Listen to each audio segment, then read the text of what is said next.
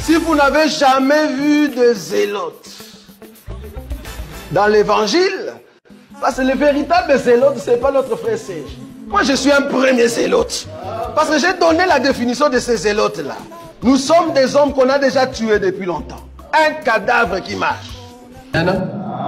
Voilà, ce qu'on allait parler aujourd'hui, on a plus suffisamment de temps, mais je vais seulement introduire. Amen.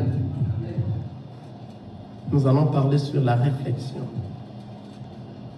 Donc, nous allons faire une réflexion. Je demanderai au frère Chai de nous prendre le tableau. Et attentivement, car c'est une réflexion. Amen. Une réflexion. Le frère Chai nous avait dit, nous sommes à la veille. Quoi ça? Au troisième veille, n'est-ce pas? C'est là où nous attendons l'époux. Nous avons les parvis, nous avons le lieu saint et le lieu très saint. En réalité, l'église se retrouve dans le lieu saint. Après le lieu saint, nous allons entrer dans le lieu très saint. Amen. C'est le jour de l'enlèvement. Regardez maintenant, nous sommes là. Ça, le titre, le thème de l'enseignement, c'est la réflexion. Une réflexion. Amen. Amen. Voilà.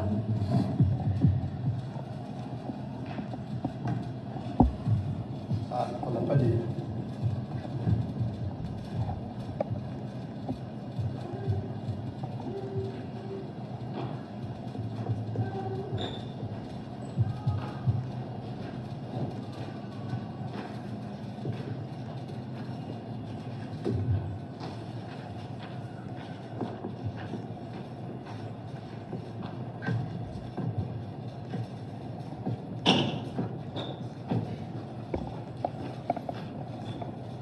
Regardez, vous allez comprendre qu'ici, chaque période est là, jusqu'à là. Donnez-moi un peu de temps, comme ça je vais expliquer les tout directement. Je dessine d'abord.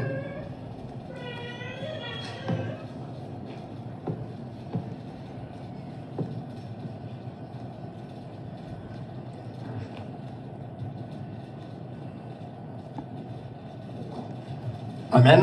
Amen.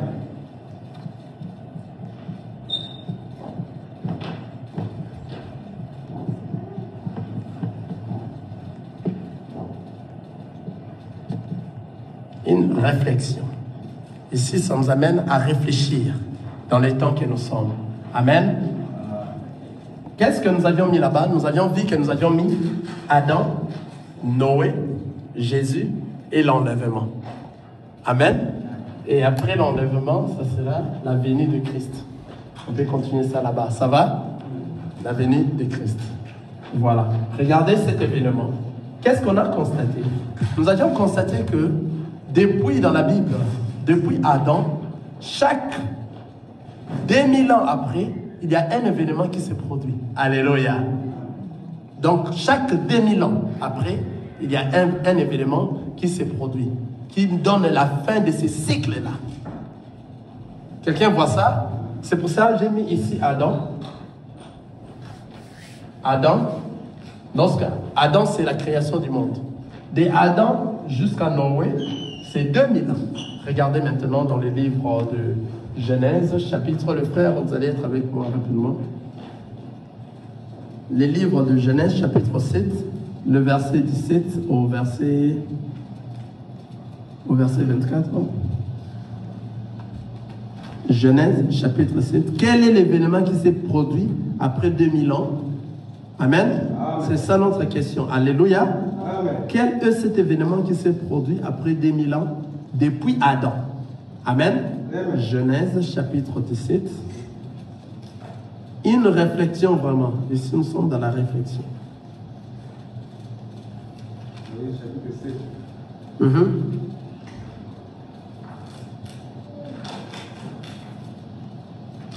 Genèse chapitre 7, le verset 17 à 24. Je peux la lire rapidement moi-même.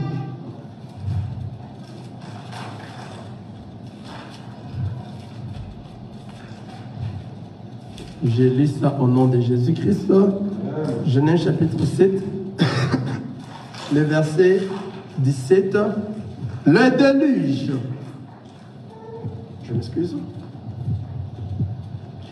Les déluges fit 40 jours sur la terre.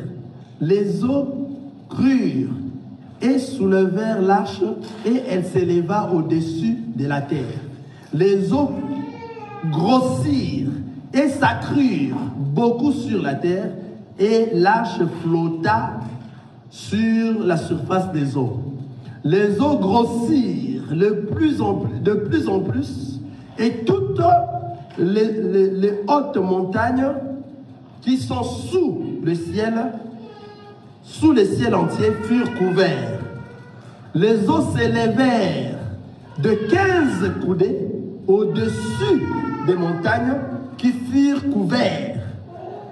Tout ce qui se mouvait sur la terre périt, tant les oiseaux que le bétail et les animaux, tout ce qui rampait sur la terre et tous les hommes.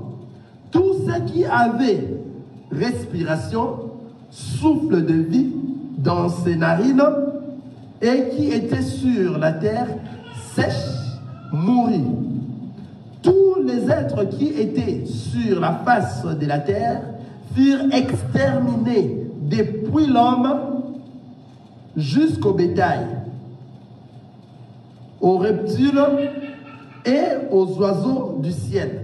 Ils furent exterminés de la terre. Il ne resta que Noé et ceux qui étaient avec lui dans l'arche. Les eaux furent grosses sur la terre pendant 150 jours. Amen. Amen. Ici, je vais épingler encore parce qu'il y a eu un pasteur, un homme de Dieu, qui a dit que non, malgré les déluges, il y avait encore des histoires qui étaient restées. Mais ici, nous venons de lire la parole de Dieu. Alléluia.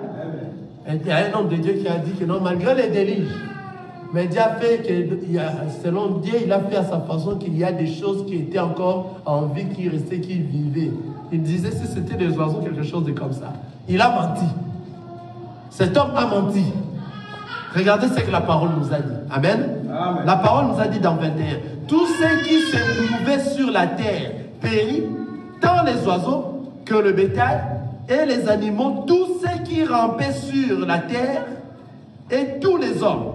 Tous ceux qui avaient respiration, souffle de vie dans ses narines et qui étaient sur la terre, sèche, mourut. Il a dit encore, tous les êtres qui étaient sur la face de la terre furent exterminés. Tous les êtres, depuis l'homme jusqu'au bétail, aux reptiles et aux oiseaux du ciel, ils furent exterminés de la terre. Et il resta que Noé, hein? Quelqu'un écoute ça? Noé et ceux qui étaient avec lui dans l'arche. Donc, c'est-à-dire la personne là qui a dit ça, cet homme de Dieu qui a dit ça, il a menti. La Bible a raison. Amen. Amen. Donc, c'était ça. Vous voyez, on a vu que non, de Adam à Noé, il y a eu un événement qui s'est produit, qui a mis la fin de ce cycle ici à Adam et Noé. Quelqu'un voit ça? Amen. Donc, après 2000 ans, tout ce temps ici, si nous la calculons, nous allons voir et nous allons calculer, dimanche prochain, on va faire ça. Nous allons voir que Adam a fait 950 ans et que Noé a fait 900 quelques années. Il y a eu Enoch qui a fait 90 ans. Il y a des choses pareilles. Nous allons calculer cela. Nous allons voir que non, ça sera à proximité à 2000 ans. Alléluia. Et cela fait que non, après 2000 ans, il y a un événement qui s'est produit pour marquer la fin de ce cycle-là. Je ne dis pas siècle, mais cycle. Quelqu'un comprend cela? C'est-à-dire de là jusqu'ici, quelque chose s'est produit. On a pris suffisamment de temps. Ça, je vous ai donné cette semaine avant vous. Le dimanche prochain, nous allons revenir pour continuer. Alléluia. Pour continuer avec cet enseignement. Et surtout, les bébés a dit que non, lui aussi a besoin d'aller manger. Amen. Amen. Voilà. Vraiment, en tout cas, on se limite ici. Le dimanche prochain, invitez aussi les autres, afin que nous puissions avoir cet enseignement au grand complet. Que le Seigneur nous bénisse. Amen. Nous allons commencer par répondre à la première question rapidement. Mais cette question, nous allons bien la répondre lorsque nous aurons encore du temps, parce que ça va prendre beaucoup de temps. Amen. Amen. Ça va vraiment prendre beaucoup de temps pour cette question. Je vais seulement donner de grandes lignes. Alléluia. Parce que c'est très important, c'est hyper important. Il y a un frère dans l'assemblée qui avait posé la question de comment la Bible a été écrite. Alléluia. Si c'était Constantin, parce que l'empereur Constantin qui avait écrit la Bible. Alléluia. Selon le frère. Et nous l'avions écouté, mais nous n'écoutons pas seulement, mais nous venons dans les écrits. Ici, je vais donner seulement de grandes lignes, comme ça les frères vont comprendre que dans ces grandes lignes, nous allons comprendre que l'empereur Constantin, c'est un homme d'aujourd'hui. Quelqu'un voit ce que je suis en train de dire? C'est un homme d'aujourd'hui.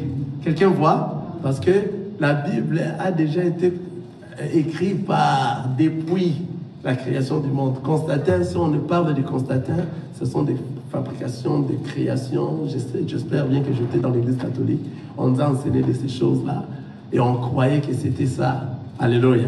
Nous allons donner quelques versets bibliques et cela va nous aider à voir que déjà Jésus, à son époque, il parlait déjà de la Bible. Alléluia. Donc pendant ce temps-là, Constantin n'était pas encore né. Constantin n'était pas là. Quelqu'un voit ça? Donc il n'était pas là. Donc c'est-à-dire, la Bible a déjà été écrite. Alors il y a eu des gens qui ont écrit cela. Nous allons revenir pour donner un grand enseignement sur ça, à commencer de Genèse à l'Apocalypse, qui sont ceux-là que le Seigneur a fait grâce qu'ils arrivent à écrire par inspiration de Dieu la parole du Seigneur. Alléluia. Nous pourrons lire avec le frère Chaya le livre de Jean, chapitre 5, le verset 45. Rapidement, c'est lui qui est prêt. Le frère Chaya, le livre de Jean, chapitre 5, le verset 45 à 46. Ici, je mets seulement le point parce que j'ai beaucoup de questions, puis j'ai un enseignement à donner. C'est court, mais ça sera costaud. Jean chapitre 5, verset 44 à 46, nous lisons le Jésus. 45 à 46. 45 à 46. Suivez très bien. Ne pensez pas que moi, je vous accuserai devant le Père. Celui qui vous accuse, c'est Moïse, en qui vous avez mis votre espérance. Car si vous croyez Moïse, vous me croyez aussi, parce que qu'il a été de moi. Mais si vous ne croyez pas à ce écrit, comment croyez-vous à mes paroles? Amen, amen. Amen. On a lu le livre de Jean, chapitre 5, le verset 45 jusqu'à 46. Le Seigneur est en train de dire, c'est le Seigneur Jésus-Christ qui est en train de dire ça. Alléluia. Ici, on est en train de voir qui sont ceux-là qui ont écrit la parole de Dieu. Mais le Seigneur Jésus-Christ est en train de réprimander à ceux-là qui sont en train de causer dans leur causerie. Regardez la parole qui nous dit. Dans 45, ça nous dit ceci.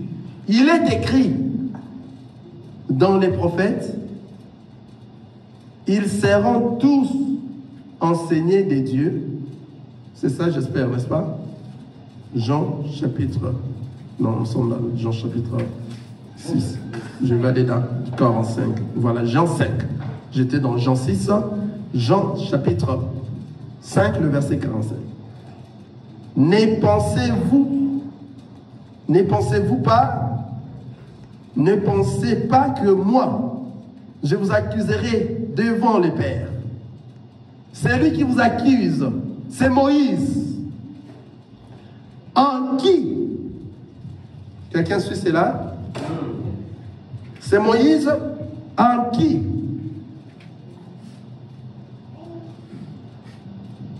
C'est lui qui vous accuse, c'est Moïse en qui vous avez mis votre espérance. Car si vous croyez Moïse, vous me croirez aussi parce qu'il a écrit de moi. Quelqu'un a vu ça? Amen. Donc la personne qui avait écrit, c'était Moïse pendant l'ancienne alliance. Donc pendant l'ancienne alliance, Moïse était déjà en train d'écrire toute la Bible depuis les 5 livres de la Bible. Depuis Genèse, Exode, tout ce Deutéronome, le Seigneur l'a fait grâce. C'est pour cela que vous avez vu Moïse. Le Seigneur ne l'a pas laissé dans l'esclavagisme avec ses frères hébreux. Quelqu'un voit ça? Dieu a souturé Moïse afin qu'il puisse avoir l'instruction car Dieu avait une mission pour Moïse, afin que Moïse vienne, par l'inspiration de Dieu, écrire la parole de Dieu. Quelqu'un voit ça? C'est-à-dire, Jésus est en train de parler ici. Il est en train de dire, la personne qui a écrit ici, c'est Moïse. Donc, tout ce que la parole qui a été écrite, les 5 premiers livres, Dieu avait utilisé Moïse. Alors, lorsque nous parlons que toute la parole de Dieu est inspirée de Dieu, comment cela inspiré? Comment on écrit avec inspiration? Parce que les gens disent que ce sont des personnes qui ont écrit, des personnes humaines qui ont écrit la parole de Dieu. Nous disons non. Car lorsqu'on dit que c'est l'inspiration de Dieu, ce ne sont pas ces gens. Ces gens ont écrit la parole, donc c'est-à-dire la parole de Dieu qui a été l'inspiration de Dieu, ce sont ces gens qui ont transcrit ce qui est l'inspiration de Dieu par les écrits. Parce que l'inspiration, c'est comment? Toi, tu ne sais absolument rien. Mais comme tu es instruit, tu connais au moins l'alphabet, tu connais au moins comment écrire. Le Seigneur va te dire, dis, écris A. Je donne l'exemple. Écris A, tu écris A. Écris L, tu écris L. Toi, tu ne sais pas de quoi est-ce que le Seigneur est en train de te dire. Mais toi, c'est toi qui es en train d'écrire. Mais l'inspiration vient de Dieu. Le Seigneur te dit, écris L, L. Tu écris L, L. Tu écris I, tu écris I. E. Et R. Toi, tu ne fais qu'écrire. Et puis, il te dit, lis ce que tu viens d'écrire. Tu vois, tu commences à lire Alléluia. Tu comprends? Donc, c'est-à-dire, toi, tu ne t'entendais pas ça. L'inspiration, c'est la pensée de Dieu lui-même qui est en train de choisir les gens, en train d'écrire. Nous avions aussi vu Kissa Jean dans la prison de Patmos. Il était en train d'écrire la parole, le livre des gens. Il a écrit le livre d'Apocalypse au Patmos. C'était dans l'inspiration. Ce n'était pas des choses que lui-même était en train d'arranger pour écrire. Non, ce n'est pas ça la parole de Dieu. La parole de Dieu vient de Dieu. Et nous allons revenir sur ça pour bien donner toutes les parties de cet enseignement au grand complet pour vous faire comprendre aux enfants de Dieu. On peut encore lire un autre verset. On peut encore lire pour confirmer que ces livres étaient déjà depuis longtemps. On lit le livre de Luc, chapitre 4, le verset 17. Luc, chapitre 4. Quelqu'un est en train de comprendre ce qu'on est en train de dire ici. On répond la réponse à une personne, un de nos frères. Alléluia. Nous allons revenir encore en plus beaucoup de détails par les... Luc, chapitre 4, le verset 17. Vous commencez au verset 17. Luc chapitre 4, je suis déjà là, le verset 17, je lis au nom de Jésus-Christ. Et on lui remit les livres du prophète Ésaïe. Et ayant déroulé, il trouva l'endroit où il est écrit: l'Esprit du Seigneur est sur moi, parce qu'il m'a oint pour annoncer une bonne nouvelle aux pauvres. Je me limite à 17 pour montrer qu'il y avait déjà la Bible, il y avait déjà de ceux qui ont écrit ça avant même Constantin venir. Constantin est quelqu'un de nos jours. Il n'est pas quelqu'un de ce temps-là. Ce n'est pas lui qui a écrit la Bible. Ce n'est pas lui. Il n'a pas le pouvoir d'écrire la Bible. La Bible a été écrite par lui-même, le Seigneur Jésus-Christ, par l'inspiration avec les hommes sur la terre, qui sont en train d'écrire des choses qu'ils ne savent pas. Mais par inspiration, ils écrivent ce qu'on leur commande d'écrire spirituellement. Et ils sont en train d'écrire ça avec le monde. Après avoir écrit, on lui dit de lire, il les lit. Sorti.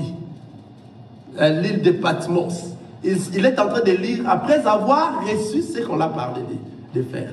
Donc ce n'est pas quelque chose de hasard dans la parole de Dieu. Vous voyez, ici on a dit quoi? Et on lui remit les livres du prophète Ésaïe. Ici, Constantin n'était pas là. Ici, c'est Jésus. On lui a remis quoi? Les livres du prophète Ésaïe. Donc, le livre du prophète Ésaïe a déjà été écrit. Quelqu'un comprend ça? Parce que Moïse était là, il a fait ces choses-là. Vous voyez? Regardez. Et on lui a remis les livres du prophète Ésaïe. L'ayant déroulé, il trouva l'endroit où il est écrit. Vous comprenez? Parce qu'avant, c'était des rouleaux. C'était de rouleau. Il faut dérouler. Donc, ça dit, Jésus est entré dans les synagogues. On lui a remis les livres du prophète Isaïe. Il a débrouillé cela. Après, il commence à lire « L'Esprit du Seigneur est sur moi. Il m'a oint. » Ça a déjà été écrit. Quelqu'un voit ça? Dans l'époque de Jésus, il n'y avait pas de Constantin. Les catholiques vous ont menti. Ils nous ont tous menti. Ils nous ont menti. Il ne faut pas suivre ces choses-là. Il faut suivre ce qui est la parole de Dieu. Les livres de Hébreux. Regardons, lisons encore les livres de Hébreux. Hébreux chapitre 10, le verset 7. Nous allons voir encore ça. Comment la Bible était déjà. Ces gens-là sont venus à peine. Les Mahomet, les quoi, ça, ils sont venus embrouiller. Ce sont des gens qui sont venus juste à peine. Ce sont des gens de notre génération. Ici, on parle des temps d'avant même Jésus. Quelqu'un comprend cela? Voilà.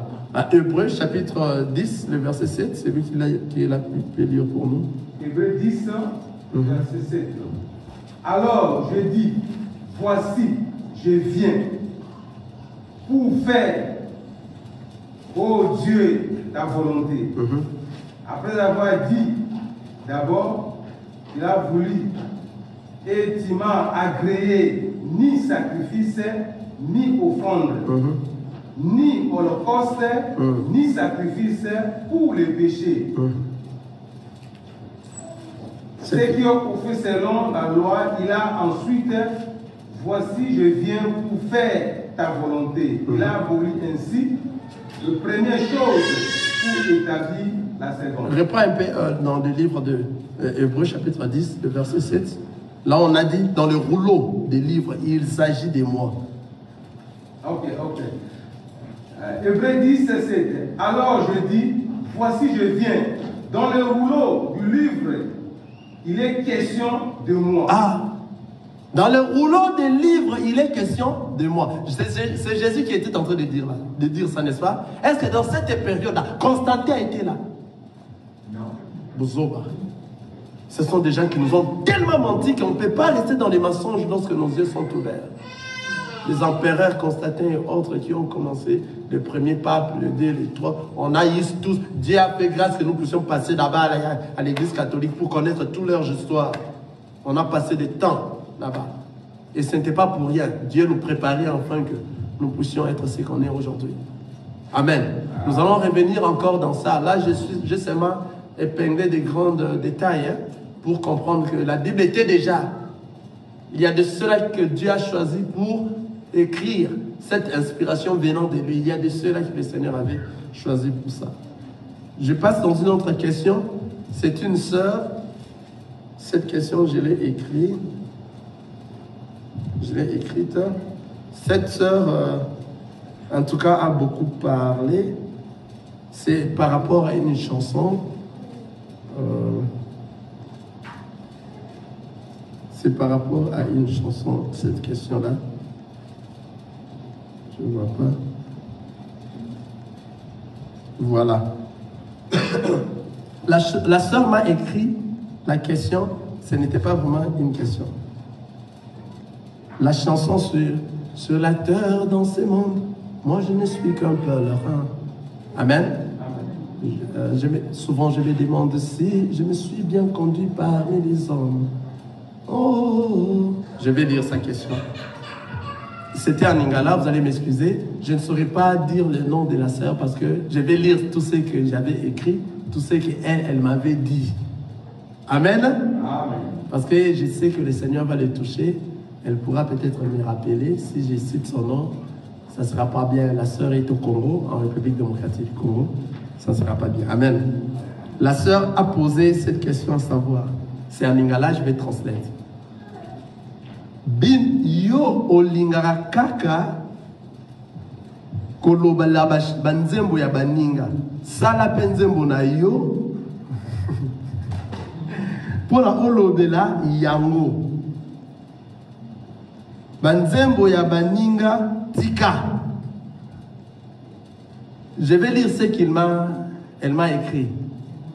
Ozakara munoko songe mulai pona olobela makambo ya baninga. Amen. Nanzembo, sur la terre, dans ce monde, il y a sœur Laure Mbongo. Et là, on a ma bezawana. Nini ya mabe penza ezawana.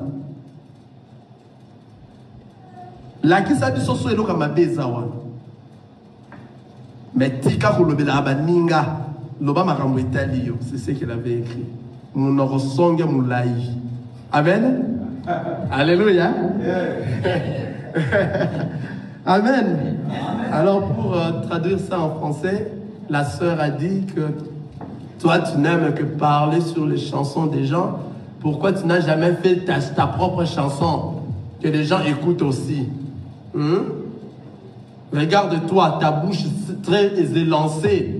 Et tu n'aimes que parler des autres. Regarde, une bouche élancée. Pourquoi parles-tu seulement des gens? Sur la chanson de la sœur Laure Mbongo, sur la terre, dans ce monde, moi je ne suis qu'un pèlerin. Souvent je me demande si je me suis bien conduit parmi les hommes. Oh, je suis fidèle à la mission que mon roi m'a confiée, que mon Dieu m'a confiée. Où se trouvent des choses mauvaises?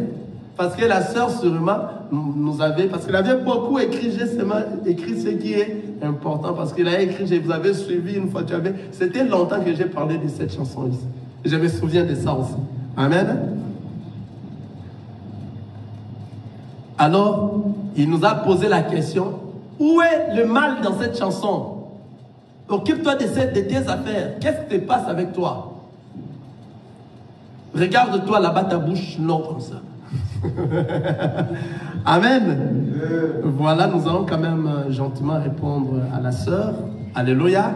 Et nous allons expliquer un peu cette chanson aussi. C'est aussi important ces choses ici parce que nous ne devons pas chanter tout ce qu'on vous donne là-bas aux marmites, vous mangez. Hein? Alléluia. Il y a encore une autre sœur qui vient de donner une autre chanson satanique. Hein? La chanson là qui vient, qui se chante maintenant. Hein? Trouble des troubles, des troubles, des troubles. Hein? Il dit Jésus est le trouble des troubles de ceux qui troublent ma vie. Non, non, non, non. Alléluia. C'est une chanson satanique. Je l'ai dit encore, cette sœur ici me suit encore. Donc c'est une chanson satanique. Celui qui chante ça aura des troubles et des troubles et des troubles dans sa famille. Des problèmes dans sa famille. Jésus n'est pas un troubleur. Il n'est pas trouble, celui qui trouble. Jésus, il a dit Jésus est le trouble. Non. Jésus n'est pas le trouble. Il faut refuser des choses. Il y a pas mal des hommes de Dieu qui ont parlé aussi sur ça. Je n'ai pas voulu parler sur ça, mais peut-être certainement qui m'a dit, ma bouche très longue comme ça. C'est pour ça que je parle aussi de ça. Amen. Jésus n'est pas un troubleur. C'est ça, non? La chanson, c'est ça, non? J'espère que vous connaissez la chanson mieux que moi. Hein? Jésus est le trouble des troubles, des troubles de tous ceux qui troublent. Hein? Qui connaît bien la chanson peut chanter pour nous. Jésus est... Jésus est le trouble qui trouble celui qui me trouble. Non. Au début déjà, Jésus n'est pas le trouble. Jésus n'est pas le trouble. Jésus n'est pas le trouble. La parole nous dit, Jésus est le chemin, la vérité et la vie. Jésus est l'amour, la joie et la paix. Quelqu'un voit ça? Il n'a pas de trouble. Il n'a pas de trouble. C'est-à-dire même ceux-là qui sont dans le trouble, lorsque le Seigneur arrive, le trouble fait quoi? Ça finit. Il n'est pas le trouble. Jésus n'est pas le trouble de quelqu'un. C'est mal, écoutez ça et vous voyez, ce sont des chansons satanistes. Ils ont ramassé ça dans des endroits, dans des eaux, dans des sirènes des eaux. C'est pour cela, vous voyez, ça va donner beaucoup d'ampleur comme des chansons profanes. Et les gens vont chanter cela encore beaucoup plus, sans savoir ce qu'ils sont en train de chanter. Ils sont en train de créer eux-mêmes des troubles dans leur foyer, dans leur famille. Ils se troublent eux-mêmes. Comment aller jusqu'à dire Jésus est le trouble? Non, comment ça? Comment ça? Hein? J'ai dit encore à cette sœur-là à Kinshasa. Comment ça? Ça aussi, tu vas venir poser la question. Hein? Non. Non. Jésus est le chemin, la vérité et la vie. Jésus est l'amour. Il est la paix et il est la joie. Si vous avez des troubles, il est là. Même les diables, celui qui a des esprits mauvais, à la présence du Seigneur, il n'y a plus ces esprits mauvais. Tous ces esprits mauvais vont disparaître. Donc, tous ces troubles qu'il a, la présence du Seigneur, le trouble est fini. Comment dire que lui, c'est les troubles, de ceux qui troublent, les troubles? C'est quoi ça? Ne chantez pas ces chansons-là, ce n'est pas bon. Il y a pas mal de chansons, oui. Moi, je pense que la sœur n'a pas analysé le monde dans le sens que vous dites. Peut-être pour elle pouvait dire seulement, c'est que moi je comprends. Jésus trouble ce qui me trouble. Mais il fallait dire ça dans la chanson. Jésus trouble ce qui me trouble. Il fallait dire ça dans la chanson. Jésus est les troubles. C'est déjà mauvais. Ah, c'est pas normal, ça devient anormal. Il fallait normalement dire que Jésus trouble ceux qui me troublent. C'est normal. C'est une chanteuse, c'est une artiste. Il faut que tu sois... C'est pour ça que ce sont des artistes. Vous savez la différence entre un chanteur et un artiste? Un artiste, c'est celui qui fait des chansons pour son ventre. Tous ces gens ici, la plupart de ceux que vous appelez des musiciens chrétiens, ce sont des artistes. C'est pour cela, vous voyez, ils font ça, mais à côté, ils sont avec des Werenson, ils sont avec des Fali, ils sont là-bas avec tous ces gens-là. Parce que lui aussi est en train de faire sa commerce aussi à lui. C'est ça un artiste.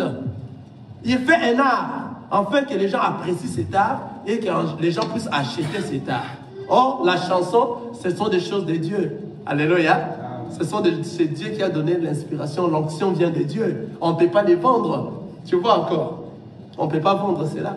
Mais les artistes vendent leurs chansons.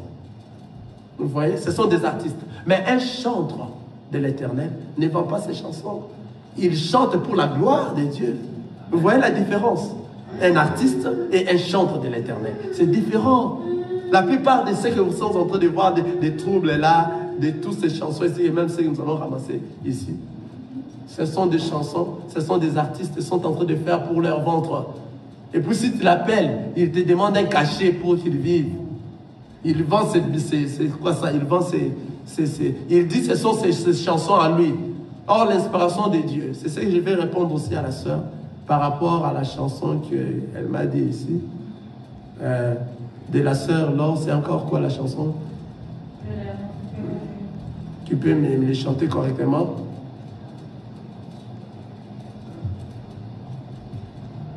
La chanson que la sœur avait dit ici, que nous allons décortiquer. C'est la chanson que je viens de dire à peine maintenant. Il faut que je cherche ça encore dans le téléphone. Sur la terre, dans ce monde, moi je ne suis qu'un pèlerin. La sœur m'a dit, ce n'est pas ta chanson, c'est la chanson des autres personnes. Il faut que toi aussi tu crées tes chansons. Enfin, nous allons voir si on va chanter ça. Mais ces chansons-là ne sont pas aussi à eux. Ils disent ça, les chansons de Dieu, non? Quelqu'un est avec moi? Nous, maintenant, nous comprenons maintenant que ce sont leurs chansons parce qu'ils sont en train de vendre ça. Ce n'est pas des chansons de Dieu parce qu'eux sont des artistes. Ce ne sont pas des chanteurs de l'Éternel. Ce sont des businessmen. Vous voyez? Ce sont des businessmen. Vous comprenez ce que je suis en train de dire? Donc, c'est-à-dire, moi, lorsque je vais chanter pour l'Éternel, je chanterai pour la gloire du Seigneur. Je ne peux pas vendre ça. C'est pour cela, eux, dans leurs chansons, vous voyez, ils aiment embrasser. Ils n'ont pas l'enseignement dans la chanson.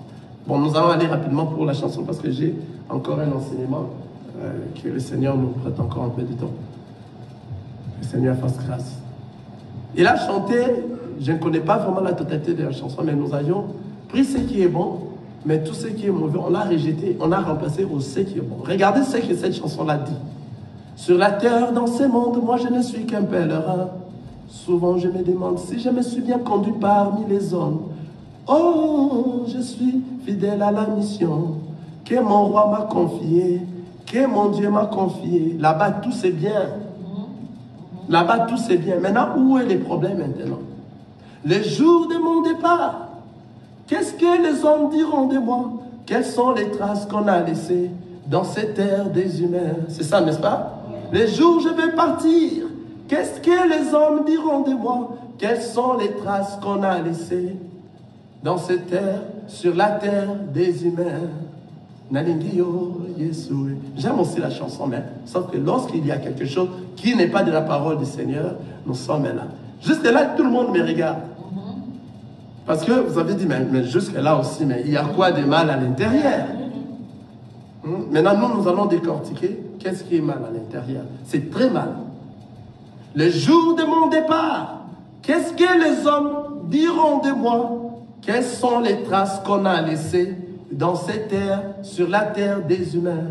Le jour de mon départ, c'est-à-dire le jour que tu dois mourir. Qu'est-ce que les hommes diront de toi? Mais toi, un enfant de Dieu, à quoi bon que les hommes te contrôlent? Toi, un enfant de Dieu, ce que tu feras, c'est pour que le Seigneur dise de toi, pas pour que les hommes de ce monde disent de toi.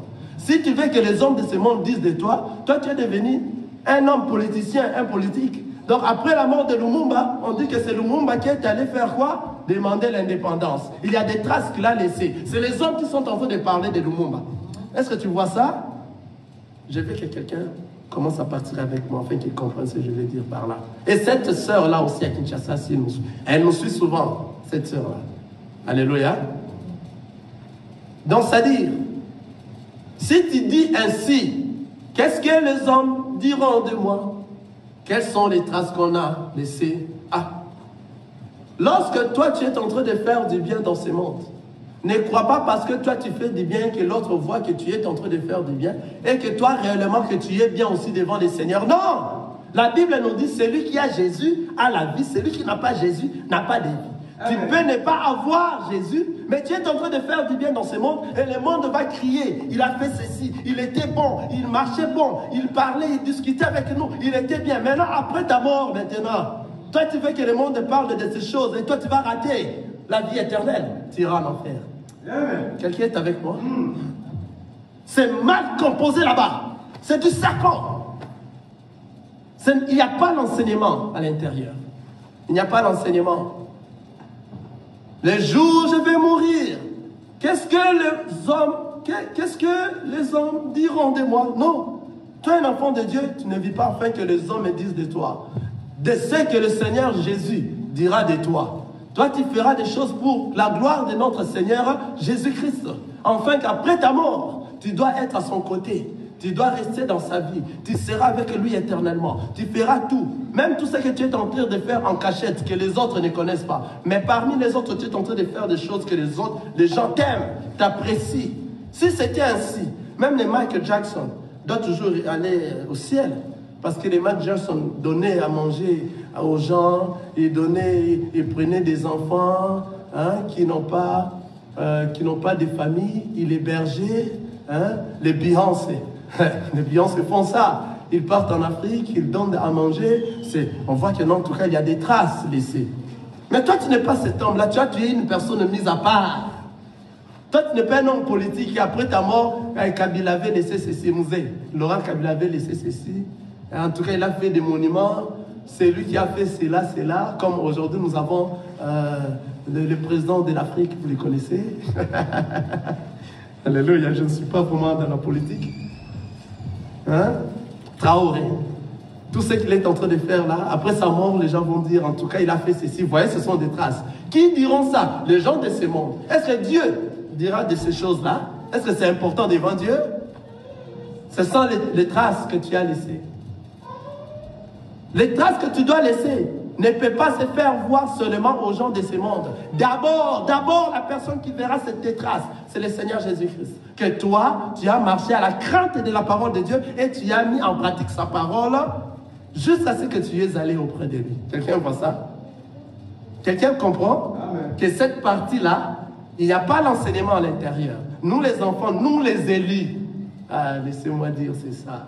Alléluia. Amen. Nous les élus, nous ne chantons pas ça comme ça. La parole n'avait pas dit que ce qui est accepté sur la terre est cieux.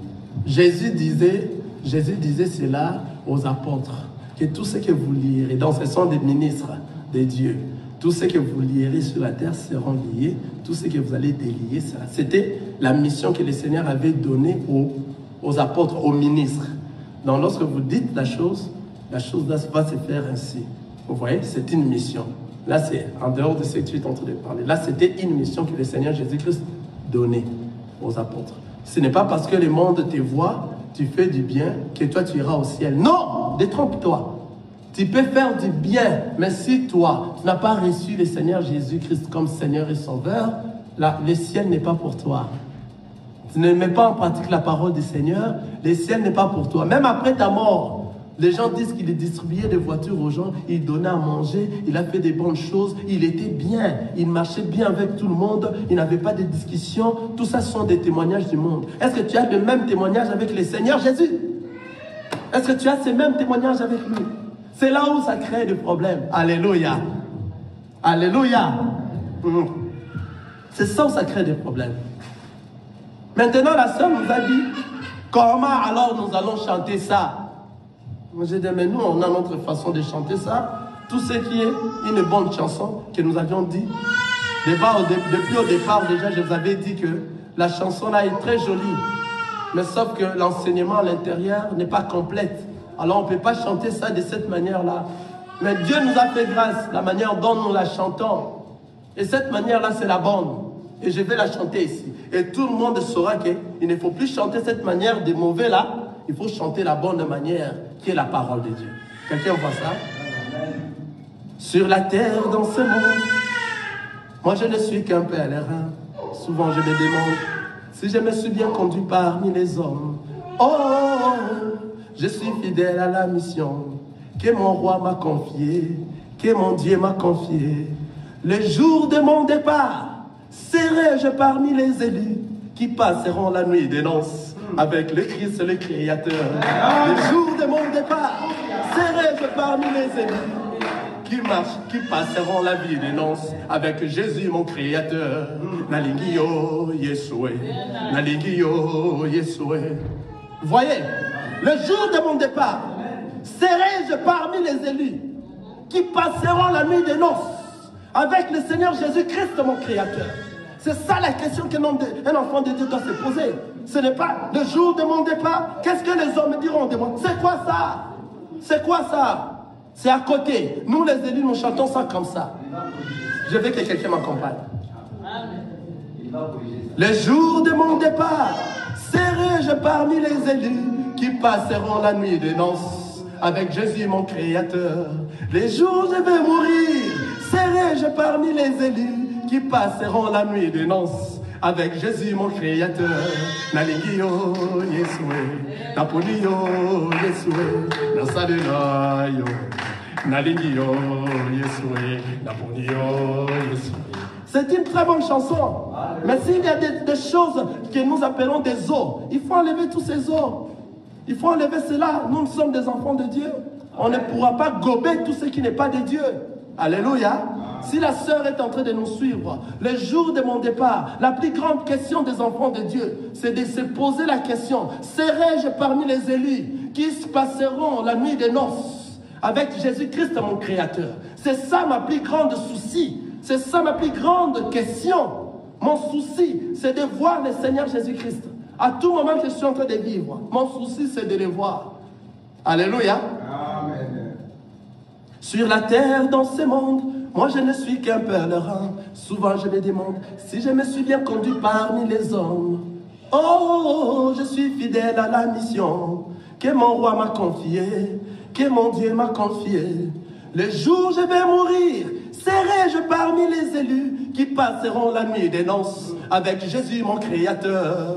Les jours où je vais partir, serai-je parmi les élus qui passeront la nuit des noces avec Jésus mon Créateur? Nalingio Yeshua, Naponio Yeshua, Nasalelayo, Nalingio Yeshua, Naponio Yeshua, Yomoko. Ma voix n'est pas si bonne aujourd'hui, car j'ai l'angine. Alléluia. Naponio papa nabomo inanga nanalingio Yeshua yomokonzi nasalela yo nateya ponayo nakumisa yo nalingio papa nabomo inanga naponio Yeshua yomokonzi. Sur la terre, dans ce monde, moi je ne suis qu'un pèlerin. Souvent je me demande si je me suis bien conduit parmi les hommes. Oh, je suis fidèle à la mission que mon roi m'a confiée, que mon Dieu m'a confiée. Les jours de mon départ, serai-je parmi les élus qui passeront la nuit des noces avec Jésus mon Créateur. Les jours où je vais mourir, serai-je parmi les élus qui passeront la nuit des noces avec Jésus, mon Créateur. Amen, amen, amen, l'Église. Amen. Que le Seigneur vous bénisse. Alléluia. Amen. N'est-ce pas? Maintenant, notre sœur qui m'a beaucoup parlé, insulté même. J'espère que la sœur, je n'ai pas voulu citer son nom parce que ça ne sera pas bon. Je sais que l'Esprit du Seigneur va les toucher. Elle pourra certainement m'appeler parce que nombreux ont fait ça. Ils nous ont appelés. Alors la sœur aussi sera, en tout cas parce qu'elle nous suit. Comme la sœur nous suit déjà, suit souvent de nos prédications, la paix de notre Seigneur Jésus-Christ va l'accompagner. Amen. Amen.